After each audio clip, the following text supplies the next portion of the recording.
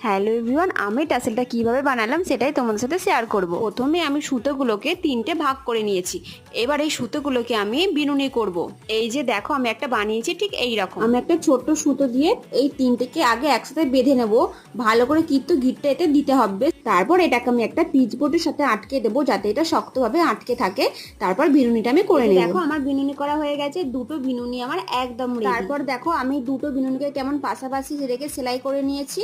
এই যে দেখো কি সুন্দর দেখতে লাগছে, তাই না? তারপর আমি দুটো দড়িও তৈরি করে নিয়েছি হাতটাতে আটকাবার জন্য। তারপর আমি দড়িগুলো টার্সেলের সাথে ভালো করে আটকে দেব।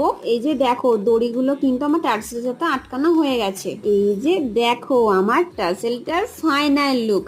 আমার কিন্তু টার্সেলটা একদম রেডি হয়ে গেছে। আর মাঝখানটা একটু ফাঁকা ফাঁকা লাগছিল, তাই জন্য পুঁতিগুলো আমি অ্যাড করেছি। এটা কিন্তু আমার প্রথম হাতের কাজ। তোমরা কিন্তু কমেন্ট করে জানাতে ভুলো না যে কেমন হয়েছে।